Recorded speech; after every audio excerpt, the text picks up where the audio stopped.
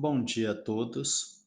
Hoje a gente vai começar a falar sobre o último tópico aí da disciplina, que é o tópico de regressão, tá? Então a gente vai aprender a falar aí sobre os modelos de regressão e como eles nos auxiliam, principalmente na engenharia florestal. Vocês vão ver que a partir desse momento vai ser muito difícil vocês não verem esse conteúdo em alguma disciplina à frente. Que é uma regressão, um modelo de regressão? A análise de regressão, ela consiste na realização de uma análise com o objetivo de verificar a existência de uma relação entre uma variável dependente, que vai ser a variável a ser estimada, com uma ou mais variáveis independentes. Geralmente, a gente verifica a variável dependente como a variável dentro do processo que eu estou trabalhando é a variável mais difícil de medir entre aquelas que eu esteja trabalhando. E as independentes vão ser as variáveis de mais fácil medição. Com um exemplo, à frente talvez fique um pouco mais claro isso a vocês. Em outras palavras, consiste na obtenção de uma equação que explica a variação da variável dependente em relação às variáveis independentes. Essa variável dependente e essa variável independente, elas obrigatoriamente precisam ser quantitativas. Você não consegue fazer uma regressão quando uma variável é qualitativa. O que é uma variável quantitativa? É como se os tratamentos fossem quilos de alguma coisa e as variáveis independentes fossem o próprio processo de medição. A diferença de uma variável qualitativa é a variável qualitativa é nome de árvore. Isso aí não tem como ser calculado, nem medido, nem feito. São apenas nomes. Então, sempre as duas variáveis têm que ser quantitativas. As variáveis independentes são classificadas como quantitativas, cujos níveis representam diferentes quantidades de um mesmo fator. Então, para ficar mais claro, vamos supor o seguinte: eu tenho um quadro aqui que eu tenho a variável dependente, a variável independente e o modelo de regressão, tá? Vamos supor que eu pergunte para vocês assim: qual a variável mais fácil de medir? A maioria vai pensar na cabeça, é o DAP. Mas olha onde eu coloquei o DAP. Eu coloquei o DAP na variável dependente, ou seja, existe uma variável mais fácil de medir do que o DAP. E essa variável é o quê? O que é mais fácil de medir o DAP? É mais fácil eu contar as árvores. Então, para um modelo que leva em consideração estimar o DAP, a variável que eu vou utilizar é o número de árvores, porque é mais fácil. O modelo de regressão, que na engenharia florestal que a gente chama da relação entre o DAP e a frequência ou o número de árvores, é uma distribuição diamétrica. A variável dependente altura, vamos supor que eu quero estimar a variável dependente altura. Neste caso, a gente vai utilizar como variável independente o DAP, porque ele é mais interessante do que o número de árvores e dá um resultado melhor. E ele também é fácil de medir. A relação entre altura e DAP a gente chama de relação hipossométrica, e vocês vão ver ela um pouco melhor lá na disciplina de dendrometria. O volume é uma variável mais difícil que medir entre o DAP e a altura. Então, para a gente fazer estimativas volumétricas, a gente precisa ter a altura e o DAP. E parte dessa altura pode ser advinda da relação hipossométrica. A relação entre o volume, altura e DAP a gente chama de modelos volumétricos. Tá? Essa parte aqui vocês vão ver melhor e um passo a passo lá na disciplina de dendrometria. Aqui é só uma introdução para vocês entenderem e para eu poder explicar os modelos de regressão. Então, talvez venha na sua diferença. Ah, mas eu também tenho correlação, que é uma relação entre duas variáveis. Então, qual é a diferença entre correlação e regressão? Na correlação, eu só tenho a relação entre duas variáveis quantitativas, onde não importa se é dependente ou independente, por isso eu nem uso esse termo aqui. Tanto faz eu falar que é altura e DAP ou falar que é DAP e altura. Na regressão, eu tenho diferença. É a relação entre duas ou mais variáveis quantitativas, Tá? Então eu posso ter uma associação de várias, como vocês viram lá no volume, que eu posso ter volume com DAP e altura, só que obrigatoriamente uma é a variável dependente, e apenas uma. Todo modelo de regressão ele só tem uma variável dependente. As demais vão ser variáveis independentes. Como base o modelo de correlação, a gente tem aqui uma regressão, uma correlação de Pearson. Então vocês podem ver que é a covariância entre xy e yx, tanto faz. A variância de x vezes a variância de y. Então tanto faz um ou outro aqui. Isso não vai interferir no resultado final da correlação entre aquelas duas variáveis. Okay? Aqui eu tenho um modelo volumétrico, que é o quê? Beta 0 mais beta 1, DAP ao quadrado altura mais o erro aleatório. Então eu tenho uma variável dependente. Aqui eu tenho uma única variável independente, que é a multiplicação do DAP ao quadrado vezes a altura. E aqui eu tenho os dois coeficientes do modelo mais o erro aleatório. Tá? Então vocês reparam, aqui se eu colocar o DAP aqui e multiplicar o volume aqui ao quadrado da altura, isso aqui vai dar resultado diferente. Então por isso eu tenho essa diferença entre correlação e regressão.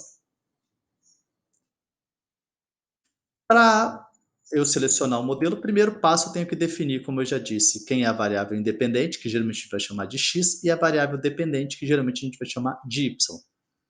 Além disso, a gente tem que ver o comportamento da relação. Por quê? Para eu estimar qualquer modelo, eu vou ter valores de x e vou ter valores de y. Sempre eu tenho que ter as duas variáveis medidas. A diferença é que depois eu vou usar os valores de x, que são mais fáceis de medir, para estimar valores de y que não foram mensurados. Tá? Então, o primeiro passo que você tem que fazer é pegar esse conjunto de dados que você tem e montar ele um gráfico XY, para você ver a relação que eles podem ter. E a partir daí, você vai selecionar o modelo. Pode ser modelo linear, quando os pontos, tá vendo? Tendem a ser linear, então eu vou ajustar uma curva média linear, que é a regressão.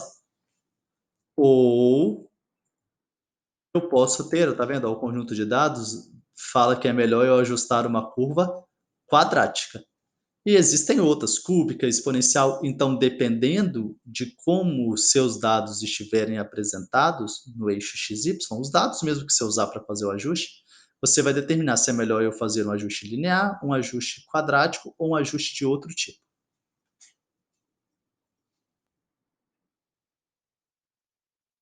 Contudo, né, vocês viram lá, os pontos de diagrama não vão se ajustar perfeitamente à curva proposta, tá? Não vão se ajustar aqui à curva proposta.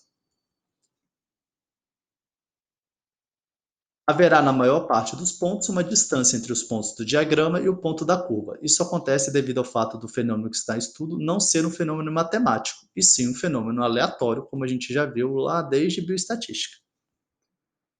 Assim, o objetivo da regressão é obter uma equação que melhor se ajuste aos valores observados de y em função da variação dos níveis da variável x. Tá? Então vocês reparem aqui, ó, eu tenho aqui, ó, tá vendo a diferença entre a curva média e os pontos, eu sempre vou ter uma pequena diferença, já que como a gente é um modelo que ele trabalha com erro, diferente do modelo matemático. Como que a gente faz então para ajustar uma equação de regressão? A gente vai utilizar na disciplina apenas a regressão linear simples. Tá? Então, o modelo de regressão definido como modelo estatístico difere em conceito do modelo matemático por apresentar o erro aleatório. Então, tá vendo? Aqui eu tenho o modelo matemático e aqui eu tenho o modelo de regressão. Variável dependente, coeficientes, variável independente, erro aleatório. Para a gente fazer isso, a gente vai trabalhar com um método chamado método de mínimos quadrados ordinários. É um método de estimação muito empregado para estimar parâmetros de modelos de regressão e seu objetivo principal consiste em minimizar a soma de quadrado dos erros, tal como será demonstrado a seguir. Então eu tenho aqui, ó, tá vendo? O modelo lá, yi é beta 0 mais beta 1 xi mais o erro aleatório. Primeiro passo que eu tenho que fazer é pegar esse erro, porque eu quero achar o erro, eu quero minimizar o erro. Então, eu vou pegar o y e diminuir de todo esse restante aqui do valor estimado da equação. Feito isso, eu vou aplicar somatório em ambas as partes. Então, somatório, somatório, e vou elevar isso aqui ao quadrado. Ok? Feito isso, eu vou derivar em relação aos dois coeficientes, que é o que eu quero obter. Em relação a beta zero. Então, eu fiz aqui, ó. Joguei o 2 para frente. Tá? Aí ficou y0 menos beta 1 xi. 1 menos 1 aqui ficou 1. Aqui, y em relação a beta 0 é 0. Beta 0 em relação a beta 0 é 1, só que acompanha o sinal menos 1. E aqui, como não tem beta 0, é 0. Então, vezes menos 1. Mesma coisa eu vou fazer com beta 1. Vou jogar o 2 para baixo na técnica de derivação. Aqui ficou 1 menos 1. E aqui, ó, y tem beta 1? Não, então é 0. Beta 0 tem beta 1? Não, 0. Então, beta 1 dividido por beta 1, 1. Então, sobrou quem? Xi, menos xi. Feito isso, eu vou dividir 4 e 5 por menos 2 para excluir esse menos e esse 2 daqui. Não vai interferir em muita coisa. E aí eu vou ter esse sistema de equação. Vou fazer as multiplicações necessárias. E vai ficar assim determinado. Ó. Somatório de y menos n. Por que n? Somatório de uma constante, n vezes a constante. Menos o beta 1, somatório de uma constante vezes uma variável, constante que multiplica o somatório da variável. E a mesma coisa eu faço aqui. Multiplico o x primeiro por todo mundo aqui, aí vai ficar somatório de xy menos beta 0, somatório de xi, menos beta 1, somatório de xi ao quadrado. Muito bem.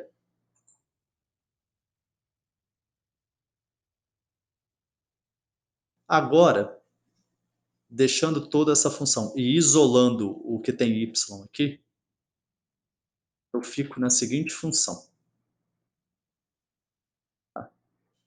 Beta 0, se eu pegar esse primeiro aqui, ó, eu vou ter que beta 0 é somatório de y1 sobre n menos beta 1 somatório de xi sobre n. Se você verificar aqui, o beta 0 é a média de y menos a estimativa de beta 1 da média de x. Então, eu preciso ter o beta 1 para fazer o beta 0. Logo, o beta 1 não vai depender do beta 0, senão eu vou ficar pegando isso aqui e jogando dentro da função 7, substituindo 8 em 7, desenvolvendo a expressão, a gente tem o seguinte. Beta 1 é igual ao somatório de xi menos somatório de xi vezes somatório de yi sobre n, somatório de xi ao quadrado menos somatório de x ao quadrado sobre n. Isso daqui vai me dar a estimativa de beta 1. Então, eu estimo beta 1, eu coloco em beta 0 e eu, então, consigo encontrar a equação de regressão. Porque modelo é antes de ajustar. A partir do momento que eu ajustei, é uma equação. Aí eu vou ter a equação ajustada. Tá vendo? A equação ajustada não tem mais o erro, por quê? Porque eu minimizei o erro. Então, a partir do momento que eu encontrei beta 0 e encontrei beta 1, esse vai ser o menor valor possível. Tá? Eu vou dar uma pausa no vídeo agora, e aí eu vou fazer um outro vídeo continuando aqui a parte da análise de variância. Ok?